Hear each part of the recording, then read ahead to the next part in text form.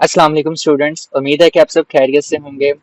Student, आज का जो हमारा टॉपिक है it is law of conservation of momentum. आज के टॉपिक में हम सीखेंगे कि कंजर्वेशन ऑफ मोमेंटम क्या होता है, और स्पेशली आपको ये मतलब पता होना चाहिए कि कंजर्वेशन से हमारे पास यहाँ पे क्या मुराद है। कंजर्वेशन से मुराद बेसिकली बच्चों जो क्वांटिटी जिसको हम कंजर्व करने की बात करें जैसे मोमेंटम को, तो आपके पास किसी भी सिस्टम के लिए जो मोमेंटम है, ठीक है, वो क्या रहेगा, कांस्टेंट रहेगा। ठीक है, इनिशियल मोमेंटम जो है वो फाइनल मोमेंटम के बराबर होगा, या कह लें कि ओवरऑल आपके पास सिस्टम का जो मोमेंटम है, ठीक है, वो क्या होगा, हमारे पास है कांस्टेंट होगा या फिर जीरो रहेगा। ये मैं इसलिए बता रहा हूँ क्योंकि ये चीजें आप पहले 9th क्लास के अंदर सीख के आ चुके हैं। तो स्टार्ट करते हैं इस टॉपिक को। सबसे पहले हम इसके स्टेटमेंट की बात कर लेते हैं। ऑफ कोर्स लॉन्ग क्वेश्चन के तौर पे इसे अटेम्प्ट करना है, तो सबसे पहले इसके स्टेटमेंट के बारे में आप बताएंगे। ठीक है, स्टेटमेंट क्या है कि total linear momentum of N isolated system remains constant. बच्चे इसे लीनियर मोमेंटम क्यों कहते हैं? लीनियर मोमेंटम इसको इसलिए कहते हैं कि किसी भी जिस्म के ऊपर कोई फोर्स एक्ट करे, ठीक है, और वो स्ट्रेट लाइन पे मूव करे, ठीक है, या स्ट्रेट लाइन मोशन परफॉर्म करवाए, तो उसको आप कहते हैं कि उसके पास जो क्वांटिटी है मोमेंटम की वो लीनियर मोमेंटम है। ठीक है, so the total linear momentum of N isolated system remains constant. किसी भी आइसोलेटेड सिस्टम का जो मोमेंटम है, ठीक है, वो क्या रहता है, कांस्टेंट रहता है। अब यहाँ पे आपके पास इस चीज को समझना जरूरी है कि मोमेंटम की कंजर्वेशन की टर्म कैसे निकली। ठीक है, अच्छा, इसको समझने के लिए आप न्यूटन क्रेडल्स का इस्तेमाल कर सकते हैं। न्यूटन क्रेडल्स हमें क्या बताते हैं? देखिए यहाँ पे आपको एक बॉल नजर आ रही है, आपने देखा होगा अपनी लैब्स के अंदर भी कि कुछ इस तरह की आपके पास कुछ बॉल्स होती हैं जो हैंग कर रही होती हैं, लटक रही होती हैं एक स्ट्रक्चर के साथ। अगर आप एक बॉल को मूव करवाएं पीछे की तरफ, ठीक है, और जहां से उसे छोड़ दें, तो आप देखेंगे कि जब आप बॉल जाके बाकी बॉल्स के साथ टकराएगी ना, तो सिर्फ एक ही बॉल आगे की तरफ मूव करेगी। तो इस चीज को शो करवाती है कि जितना मोमेंटम देंगे उतना ही आप आउटपुट के ऊपर पाएंगे।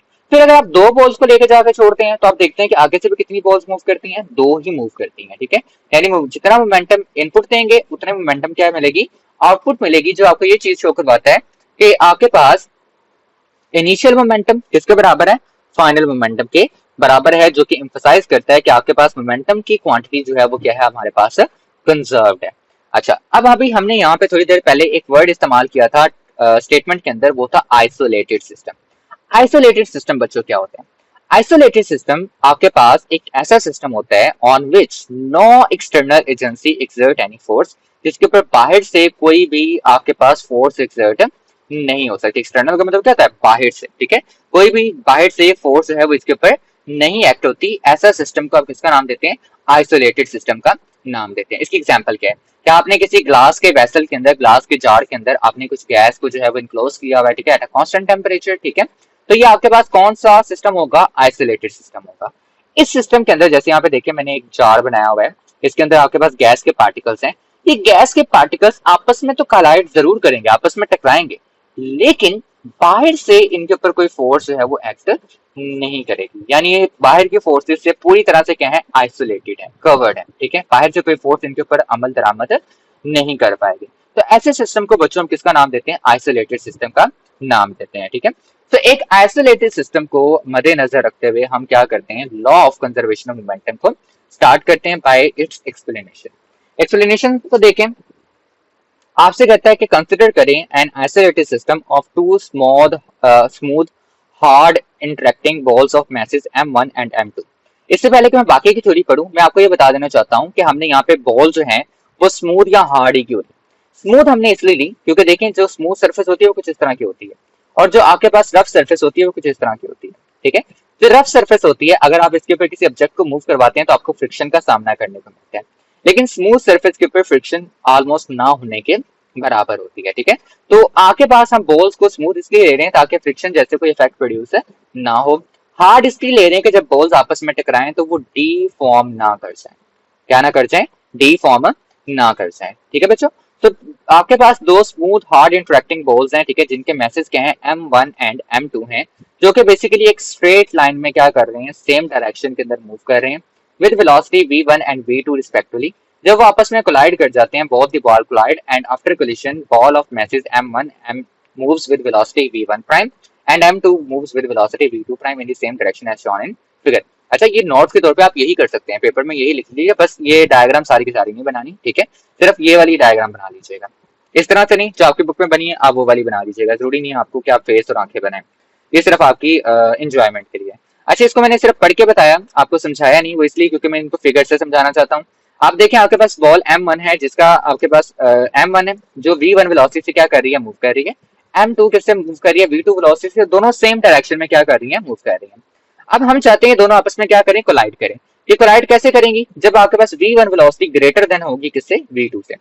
जब ये दोनों आपस में कोलाइड करेंगी, कोलाइड करने पे जो बॉल m1 है ये बॉल m2 पे एक फोर्स लगाएगी, ठीक है, इस डायरेक्शन के अंदर, जिसको आपने क्या कहा, f का। और बॉल m2 जो है वो m1 पे एक फोर्स लगाएगी बिल्कुल ऑपोजिट डायरेक्शन में, वो क्या कहलाएगी आपके पास, f प्राइम।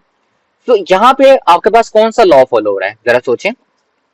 यहाँ पर आपके पास न्यूटन का थर्ड लॉ जो है वो क्या हो रहा है, अप्लाई हो रहा है, ठीक है। जिनमें ये दोनों बॉल्स एक दूसरे पे फोर्सेस लगा रही हैं, ठीक है, जो कि इक्वल इन मैग्नीट्यूड है बट ऑपोजिट इन डायरेक्शन है। इसकी देखें m1 की जो बॉल की फोर्स है, ठीक है, जो m2 पे लग रही है वो आपके पास टूवर्ड्स राइट है, लेकिन जो m2 की m1 पे लग रही है वो टूवर्ड्स लेफ्ट है। Equal forces but in opposite direction. Clear है। अच्छा, इसके बाद आपके पास क्या है, आफ्टर कोलिजन। आफ्टर कोलिजन टकराने के बाद जो m1 बॉल है वो एक नई वेलोसिटी गेन कर लेती है, और उस वेलोसिटी को आप किसका नाम देंगे, v1 प्राइम का नाम देंगे। और जो m2 बॉल है वो भी एक नई वेलोसिटी गेन कर लेती है, उसको आप किसका नाम देंगे, v2 प्राइम का। और अब फिर से ये सेम डायरेक्शन में क्या करना स्टार्ट कर देंगे, मूव करना स्टार्ट कर देंगे। क्लियर है बच्चों। अच्छा, अब आपने क्या करना है, चूंकि इनके ऊपर जो फोर्सेस लग रही हैं वो बहुत ही शॉर्ट इंटरवल ऑफ टाइम के लिए लग रही हैं, तो यानी यहाँ पे इम्पल्स जनरेट होगी। और इम्पल्स के बारे में आप बच्चों पढ़ चुके हैं, ठीक है, प्रीवियस टॉपिक के अंदर।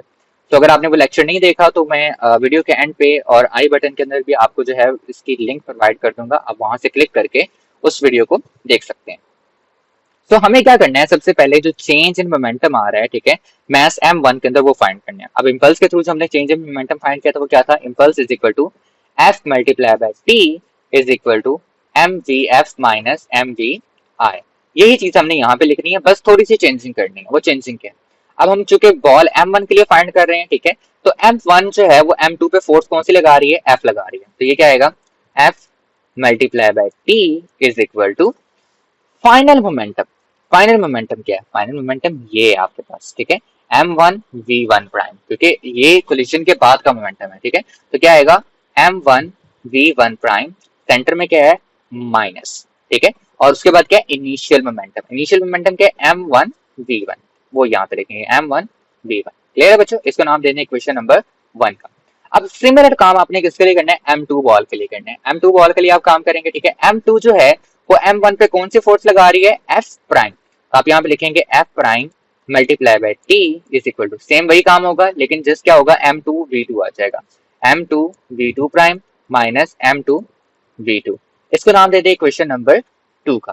क्लियर है बच्चों। यही चीज जो है बच्चों मैंने साइड वाली फिगर के अंदर भी शो करवाई है कि बॉल m1 के लिए किस तरह से आपके पास मोमेंटम आ रहा है और बॉल m2 के लिए किस तरह से आपके पास मोमेंटम आ रहा है, तो आप यहाँ से भी देख सकते हैं। अच्छा, इधर देखें आपके पास इन दो इक्वेशन जो भी आपने फाइंड किए इनको आपस में क्या कर दें, ऐड कर दें। ऐड कैसे करेंगे कि आपके पास लेफ्ट हैंड साइड के अंदर ऐड हो जाएगी f multiply by t plus f prime, sorry, f prime multiply by t is equal to, इसी तरीके से आपके पास आपकी जो बेसिकली राइट हैंड साइड है वो भी आपस में ऐड होंगी, m1 v1 prime minus m1 v1 plus m2 v2 prime minus m2 v2। Clear है बच्चों। अब यहां से इन दोनों में देखें तो कॉमन आपके पास क्या आ रहा है, टाइम। टाइम को कॉमन निकाल लेंगे, आपके पास क्या बचा, f plus f prime is equal to, बाकी ये सारी सिचुएशन जो है आपके पास एज इट इज आ जाएगी बच्चों। इसको आपने कुछ नहीं करना, एज इट इज लिख देना। मैं यहाँ पे दो लाइंस ड्रॉ कर रहा हूँ जो ये शो करवाने के लिए है कि ये सारी चीजें हमने एज इट इज नीचे लिख दी है, ठीक है। आपने जो है वो इसको बेसिकली क्या करना है, लिखना है यहाँ पे। अच्छा, यहाँ पे देखें तो आपके पास नेक्स्ट बात क्या आती है हमारे पास, since the action force F is equal and opposite to the reaction force. आप हम ऊपर बात करके आ चुके हैं कि आपके पास बॉल m1 जो है m2 पे फोर्स F लगाती है और m2 m1 पे फोर्स लगाती है F प्राइम, जो अमाउंट में इक्वल है बट ऑपोजिट डायरेक्शन के अंदर है, ठीक है। तो इसको आप कैसे लिख सकते हैं, न्यूटन के थर्ड लॉ के अकॉर्डिंग कि F प्राइम आपके पास बराबर है किसके, F के, but with a negative sign. ये नेगेटिव साइन क्या बता रहा है कि इन दोनों की डायरेक्शन एक दूसरे से क्या है, ऑपोजिट है। तो बच्चों क्या करें कि ऊपर वाली इक्वेशन के अंदर आप F प्राइम की जगह उसकी वैल्यू क्या कर दो, पुट कर दो। तो आपके पास क्या आएगा, time into F, F prime की जगह क्या आ जाएगा, minus F is equal to m1 v1 prime minus m1 v1 plus m2 v2 prime minus m2 v2। Clear है बच्चों? अच्छा, ये f से कैंसिल हो जाएगा तो यहाँ पे क्या आ जाएगा t इंटू जीरो, तो ये साइड वैसे की वैसे लिख लें आप, ठीक है। ये वाली टर्म t इंटू जीरो आपके पास क्या आ जाएगा, जीरो। तो हमने इसलिए मैंने ऊपर वाली टर्म के अंदर ये लिखा कि आपके पास left hand side of the equation क्या हो जाएगा, जीरो हो जाएगा, वो इस वजह से लिखा था, ठीक है। तो ये आपके पास जीरो आ गया। अब आपने बाकी सारी चीजें वैसे लिख लेनी है, m1 v1 prime minus m1 v1 plus m2 v2 prime minus m2 v2। अब ये काम करें कि आपके पास जो वैल्यूज यहाँ पे माइनस की हो रही हैं, ठीक है, इनको दूसरी साइड पे ले जाएं ताकि वो क्या हो जाए, प्लस की हो जाए। जैसे ये m1 v1 या m2 v2, इनको आप लेफ्ट हैंड साइड पे ले जाएं ताकि ये क्या हो जाए, प्लस की वैल्यू हो जाए, ठीक है। m1v1 plus m2v2 is equal to m1v1 prime plus m2v2 prime. तो ये आपके पास क्या आ गया, law of conservation of momentum. अच्छा, ये क्या आपको बता रही है इक्वेशन, ये इक्वेशन आपको बता रही है which means that the total momentum of the system before the collision, ये आपको क्या बताती है कि टोटल मोमेंटम जो है कोलिजन से पहले, ठीक है, वो किसके बराबर है, total momentum after the collision के, ठीक है। कोलिजन से पहले जो मोमेंटम था वो बराबर है किसके, कोलिजन के बाद में। सब्सिक्वेंटली आप यहाँ कॉन्सिक्वेंटली आप इसको ये भी कह सकते हो कि आपके पास जो टोटल चेंज इन मोमेंटम है, ठीक है, किसी भी आइसोलेटेड टू बॉल सिस्टम का, तो आपके पास क्या है, जीरो के बराबर। किसके बराबर है, जीरो के। देखिए ना, ओवरऑल ऊपर जो टर्म थी, ठीक है, वो किसके बराबर आ रही है, जीरो के बराबर आ रही है ना, ये सारी की सारी, ठीक है, ऐड करने पे किसके बराबर आ रही है, जीरो के। तो टोटल चेंज इन मोमेंटम जो है वो हमारे पास बच्चों किसके बराबर है, जीरो के बराबर है। हिंस हमने ये टू बॉल सिस्टम से क्या कर दिया, प्रूव कर दिया। अब आपको रियल लाइफ के अंदर बच्चों हर जगह मोमेंटम की जो है या कंजर्वेशन ऑफ मोमेंटम की एप्लीकेशंस देखने को मिलेंगी। जैसे यहाँ पे देखें तो रियल लाइफ एग्जांपल में आपसे कहता है कि जैसे टू स्केटर्स हैं, वो स्केट कर रहे हैं, तो एक दूसरे को पुश दें तो वो ऑपोजिट डायरेक्शन में मूव कर जाते हैं ताकि वो क्या कर सके, मोमेंटम को कंजर्व रख सकें, ठीक है। वो नहीं बल्कि नेचर चाहता है कि वो मोमेंटम को क्या रखें, कंजर्व रखें, ठीक है। टोटल मोमेंटम का चेंज क्या हो, वो स्टिल आपके पास जीरो हो। इसी तरीके से आपने ये गन और बुलेट वाली तो अपनी 9th क्लास के अंदर भी पढ़ी हुई है कि इसमें आपके पास क्या है कि जब आप गन में से बुलेट को फायर करते हैं तो बुलेट फॉरवर्ड डायरेक्शन में मूव कर जाती है, लेकिन जो गन है वो पीछे की तरफ झटका खाती है, रिकॉयल खाती है। अब बुलेट के आगे निकलने और गन के पीछे झटका खाने की वजह क्या है, ये है law of conservation of momentum, ताकि मोमेंटम आपके पास क्या रहे, कंजर्व। क्लियर है बच्चों? तो ये चीजें आप पेपर में ना लिखिएगा, लेकिन जो ऊपर आपको नोट्स के फॉर्म में यहाँ तक मैंने अपनी बातें लिखवा दी हैं, ये आपने जो है पेपर के अंदर जरूर मेंशन करनी है। क्लियर है? तो अगर आपको यहाँ तक की कोई बात अगर समझ नहीं आई तो कमेंट सेक्शन के अंदर आप पूछ सकते हैं, ठीक है। अगर आपको लेक्चर अच्छा लगा तो आपने वीडियो को लाइक करना है, चैनल को सब्सक्राइब करना है और अपने क्लास 11th के फ्रेंड्स के साथ जरूर शेयर करना है। अल्लाह हाफिज स्टूडेंट्स।